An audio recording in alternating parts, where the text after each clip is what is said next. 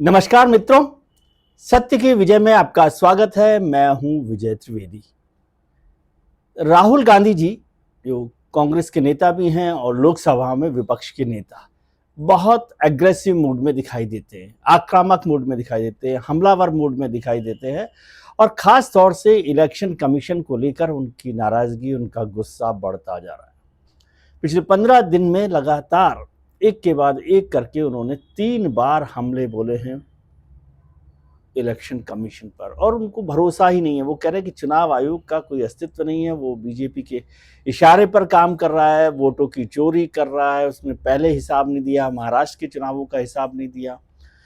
फिर अब वो कर्नाटक के चुनावों की बात कर रहे हैं और अब उन्होंने कहा है कि उनके पास एक ऐसा आइटम बम है, अगर उसे फोड़ दिया तो फिर चुनाव आयोग का अस्तित्व नहीं बचेगा। चुनाव आयोग चोरी कर रहा है। राहुल गांधी जी ने कहा कि मुझे तो संदेह 2014 से ही चल रहा था, लेकिन अब ये पक्का हो गया क्योंकि अब मेरे पास सबूत है, 100% सबूत हैं। फिर क्यों राहुल गांधी ने प्रियंका को कहा कि मुझे आग से खेलना पसंद है? प्रियंका गांधी ने क्यों कहा कि मैं आग से खेल रहा हूं? राहुल गांधी को कहा और उन्होंने कहा कि मुझे ये खेलना पसंद है, मेरे परिवार ने मुझे कायरों से डरना नहीं सिखाया है। क्यों राहुल गांधी ने कहा कि वो राजा नहीं बनना चाहते हैं? क्यों बार बार वो चुनाव आयोग को निशाना बना रहे हैं? और इस सब के बीच में जो रक्षा मंत्री हैं आमतौर पर हमलावर नहीं होते हैं, खासतौर से दूसरे राजनीतिक दलों पर निजी हमलों के तौर पर। आज राजनाथ सिंह साहब ने भी कह दिया कि राहुल गांधी जी, आपके पास अगर बम है तो उसे फोड़ ही दें, बस इतना ध्यान रखें कि आप सुरक्षित रहें। ऐसा हमला राजनाथ सिंह जी आमतौर पर नहीं करते हैं, लेकिन राहुल गांधी लगातार एग्रेसिव हैं। पहले जो बिहार में एसआईआर हुई, स्पेशल इंटेंसिव रिवीजन, गहन परीक्षण जो हुआ रूल्स का, इलेक्टोरल रूल्स का, वो काम पूरा हो गया। उस दौरान भी वो लगातार उस पर हमला करते रहे हैं, चुनाव आयोग पर। महाराष्ट्र के चुनावों को लेकर भी हमला करते रहे हैं और फिर उन्होंने बात की कर्नाटक की। अभी जो खबरें आ रही हैं हमारे पास, उसमें बताया जा रहा है कि कर्नाटक की एक लोकसभा सीट को लेकर उनके पास कुछ सबूत हैं जिनकी वो चर्चा करना चाहते हैं और बहुत जल्दी उस पर कुछ खुलासा करना चाहते हैं, जिसे वो एटम बम कह रहे हैं और इलेक्शन कमीशन के खिलाफ ये बात कर रहे हैं कि वो वोटों की चोरी कर रहा है। अब वो कब बम फोड़ेंगे, कब इलेक्शन कमीशन का अस्तित्व खत्म होगा, कब चुनाव का पूरा जो प्रक्रिया है उस पर किस तरह से निशान लगेगा, लेकिन विपक्ष के नेता के तौर पर एक संवैधानिक सिस्टम पर, संवैधानिक संस्था पर बिना कोई बहुत मजबूत सबूत के आरोप लगाने से भी संभावनाएं जो है वो व्यवस्था थोड़ी सी गड़बड़ाती है। इससे पहले राहुल गांधी जी ईवीएम को लेकर लगातार सवाल उठाते रहे थे। इस बीच इलेक्शन कमीशन ने कहा है कि हमने राहुल गांधी जी को 12 जून 2025 को एक मेल भेजा था, उसका जवाब राहुल गांधी जी ने नहीं दिया। फिर मैंने पत्र भेजा था, मतलब इलेक्शन कमीशन ने एक पत्र भेजा था, उसका जवाब भी नहीं दिया और वो निराधार आरोप लगाते हैं। इलेक्शन कमीशन ने कहा अपने ऑफिसर्स को, इलेक्शन के जो ऑफिसर्स हैं इलेक्शन कमीशन के, कि आप बिना किसी आरोपों की चिंता किए अपना काम ईमानदारी से करते रहें, पारदर्शिता से करते रहें। इस बीच इलेक्शन कमीशन ने जो बिहार की एसआईआर हुई उसके भी आंकड़े जाहिर कर दिए हैं और उसमें बताया है कि करीब करीब 65 लाख लोगों के नाम कट जाएंगे। उसमें 65 लाख लोगों के नाम कट जाएंगे और 99.86% वोटर्स कवर हो गए हैं बिहार के। और अब जो वोटर्स हैं वो हैं 7,23,00,000। जिन लोगों के नाम कटे हैं उनमें 22 लाख मृत पाए गए हैं, जिनका निधन हो गया है, डिसीज हैं 22 लाख।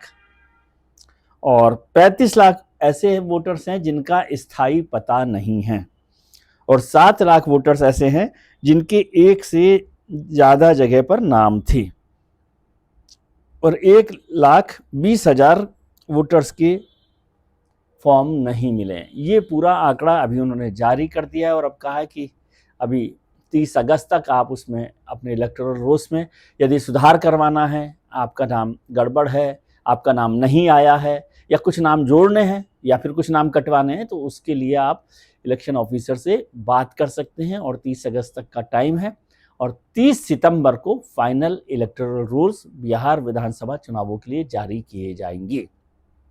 इस बीच एक और तमाशा हो गया। बिहार में आरजेडी के नेता हैं तेजस्वी जी, उन्होंने एक प्रेस कॉन्फ्रेंस कर दी और कहा कि भाई मेरा नाम इस वोटर लिस्ट में नहीं है, मेरी पत्नी का नाम भी इस वोटर लिस्ट में नहीं है, मैंने चेक किया था, हमारे लोगों ने चेक किया, उसमें नाम ही नहीं है, बताइए किस तरह से जांच चल रही है, कैसे काम हो रहा है। तो 1 घंटे बाद इलेक्शन कमीशन ने उनका पूरा डाटा जारी कर दिया कि आपका नाम इस पेज पर इस नंबर पर है, इस आपका जो मतदान केंद्र है वो ये है और ये लिस्ट में है। तो लगातार ये सब हमला चल रहे हैं चुनाव आयोग को लेकर। तो क्या वजह है कि राहुल गांधी जी इस तरह से हमलावर हो रहे हैं? एक मित्र ने कहा भारतीय जनता पार्टी के कि भाई राहुल गांधी जी कह रहे हैं 2014 से गड़बड़ चल रही है। तो 2014 के जब लोकसभा चुनाव हुए थे तब यूपीए की सरकार थी, मोदी सरकार नहीं थी, और उसमें 282 सीटें मिली थी। 30 साल बाद करीब करीब किसी पार्टी को स्पष्ट बहुमत मिला था। तो 2014 का चुनाव तो मोदी जी के नेतृत्व में लड़ा नहीं गया था। और फिर उसके बाद 2019 के चुनाव हुए जिसमें 303 सीटें मिली, और जो सबसे ज्यादा ताकतवर सरकार थी नरेंद्र मोदी की वो 2024 के चुनावों के वक्त थी, जब उनके पास 303 सीटों का अकेले भारतीय जनता पार्टी के पास बहुमत था, एनडीए की सीट अलग थी। अगर चुनाव आयोग का दुरुपयोग करती भारतीय जनता पार्टी तो वो 303 से 240 पर नहीं पहुंचती। अगर चुनाव आयोग का दुरुपयोग करती तो अयोध्या जैसी बहुत प्रतिष्ठा वाली सीट भारतीय जनता पार्टी के लिए राम मंदिर निर्माण के बाद की थी, वो नहीं हारती। अगर चुनाव आयोग ने दुरुपयोग किया होता तो उत्तर प्रदेश में 30 सीटें से ज्यादा कब नहीं हो जाती भारतीय जनता पार्टी की। अगर चुनाव आयोग का दुरुपयोग किया होता भारतीय जनता पार्टी ने तो वाराणसी में प्रधानमंत्री की जीत का अंतर कम नहीं हो जाता। और इसके अलावा राजस्थान में जैसे सीटें कम हुई, कुछ और जगहों पर कम हुई, फिर तेलंगाना में उनकी सरकार बनी, कांग्रेस की सरकार बनी है, कई जगहों पर और जगह पर अलग अलग सरकारें बनी हैं। तो क्या ऐसा मुमकिन होता अगर चुनाव आयोग पर भारतीय जनता पार्टी का दखल होता या वो उनकी बात को सुन रहा होता? लेकिन इन सब बातों से, इन आरोपों से बेखबर होकर या इन सब आरोपों को नकारते हुए राहुल गांधी लगातार इलेक्शन कमीशन पर हमलावर हैं, हमला बोल रहे हैं, अटैक कर रहे हैं। पहले ईवीएम की बात थी, फिर उन्होंने महाराष्ट्र के चुनावों में कहा था कि किस तरह से गड़बड़ी हुई है, जो टोटल वोट्स डाले गए हैं, वोट्स पोल्ड और वोट्स काउंटेड में फ़र्क है, उसको लेकर भी अदालत तक मामला गया, लेकिन वो मामले पर कोई बात निकल कर नहीं आई है। कोई एमपी या एमएलए की कोई ऐसी पिटीशन कोर्ट में नहीं है जिस पर कोई फैसला ऐसा हुआ हो जिसमें कहा गया है कि चुनावों में हेरफेर हुई है। मगर इस सब के बाद भी राहुल गांधी जी हमलावर हैं। दिल्ली में शनिवार को एक प्रोग्राम था, उसको कहते हैं एनुअल लीगल एनक्लेव थी, उसका समारोह था 2025 का, दिल्ली में था। उसमें भी उन्होंने हमला बोला था और उन्होंने कहा था कि इलेक्शन सिस्टम मर चुका है, प्रधानमंत्री के पास कम बहुमत है, 10-15 सीटों पर भी धांधली नहीं होती तो नरेंद्र मोदी प्रधानमंत्री नहीं होते। उन्होंने कहा कि हमने 6 महीने जांच की है, एटम बम हमारे पास है, ये एटम बम फटेगा तो चुनाव आयोग दिखाई नहीं देगा, चुनाव आयोग वोटों की चोरी कर रहा है। फिर राहुल गांधी जी को राजनाथ जी ने जवाब दिया कि अगर आपके पास बम है तो फोड़ दीजिए। फिर राहुल गांधी जी ने बताया कि उनकी बहन प्रियंका गांधी ने उन्हें कहा कि मैं आग से खेल रहा हूं, मैंने जवाब दिया मुझे ये पसंद है, मेरे परिवार ने सिखाया कायरों से मत डरो। आपको याद हो पहले भी राहुल गांधी कहते थे डरो मत। उन्होंने वो लोकसभा में अभय मुद्रा भी बताई थी और कहा था कि डरो मत, और उन्होंने कहा कि हम लगातार ये संदेह जाहिर कर रहे हैं लेकिन सबूत नहीं थे, अब सबूत आ गए हैं और ये सबूत जब सामने आएंगे तो साफ हो जाएगा कि चुनाव आयोग का कोई अस्तित्व नहीं है। इस कार्यक्रम में कुछ लोगों ने नारे लगाए कि राहुल हमारा राजा कैसा हो, राहुल गांधी जैसा हो। अक्सर लगाते हैं लोग, कार्यकर्ता होते हैं, समर्थक होते हैं, वो नारे लगाते हैं। तो राहुल गांधी जी के लिए नारे लग रहे थे कि हमारा राजा कैसा हो, राहुल गांधी जैसा हो।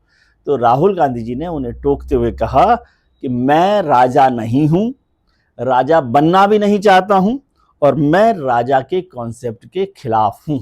ये राहुल गांधी जी ने बात कही और फिर वो लगातार चुनावों को लेकर बात करते रहे। इसके अलावा एक और मसला हुआ जिसमें राहुल गांधी जी थोड़ा सा विवादों में आ गए। राहुल गांधी जी ने कहा बताया कि अरुण जेटली जो पहले मोदी सरकार में मंत्री थे। 2019 में उनका निधन हो गया था। 2019 से पहले तबीयत खराब थी, तो जब 2019 में मोदी सरकार दोबारा बनी तो वो मंत्री नहीं थे, उन्होंने मंत्री पद नहीं लिया था। राहुल गांधी जी ने कहा कि 2019 में किसान कानूनों को लेकर अरुण जेटली जी ने उन्हें धमकाया था, इसके खिलाफ होना, इसका विरोध करना आपके लिए ठीक नहीं होगा। तो मैंने अरुण जेटली जी को कहा था कि आप नहीं जानते किससे बात कर रहे हैं, आपको आइडिया नहीं है कि आप किससे बात कर रहे हैं। इसका जवाब अब दिया रोहन जेटली जी, जो अरुण जेटली के बेटे हैं, और दूसरे अनुराग ठाकुर साहब, जो भारतीय जनता पार्टी के सांसद हैं। उन्होंने कहा कि किस तरह की बातें कर रहे हैं।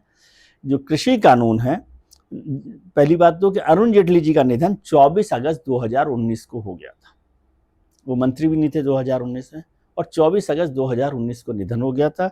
और कृषि कानून लोकसभा में 17 सितंबर 2020 को और राज्यसभा में 20 सितंबर 2020 को पास हुए थे। तो ये तो करीब करीब 1 साल बाद की बात है। तो जब कानून ही 1 साल बाद पास हुआ तो अरुण जेटली कैसे उनको धमका रहे थे। और रोहन जेटली ने कहा कि अरुण जेटली जो मेरे पिता हैं, उनको कभी ये आदत नहीं रही कि वो किसी को धमकाएं, वो बड़े डेमोक्रेटिक नॉर्म्स को पालन करने वाले लोगों में से रहे हैं। भारतीय जनता पार्टी के सांसद ने कहा कि राहुल गांधी जी को माफी मांगनी चाहिए।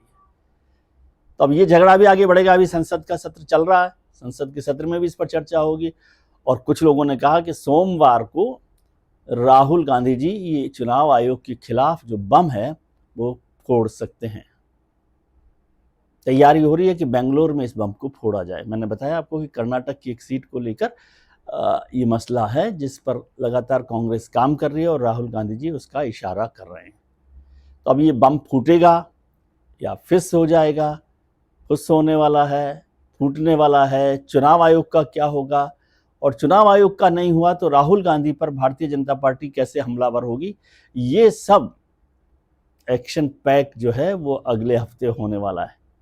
इस एक्शन पैक पर हम अगले हफ्ते ज़रूर चर्चा करेंगे। आज के लिए इतना ही। आप अपना ख्याल रखिए और उनका ख्याल रखिए जो आपका ख्याल रखते हैं।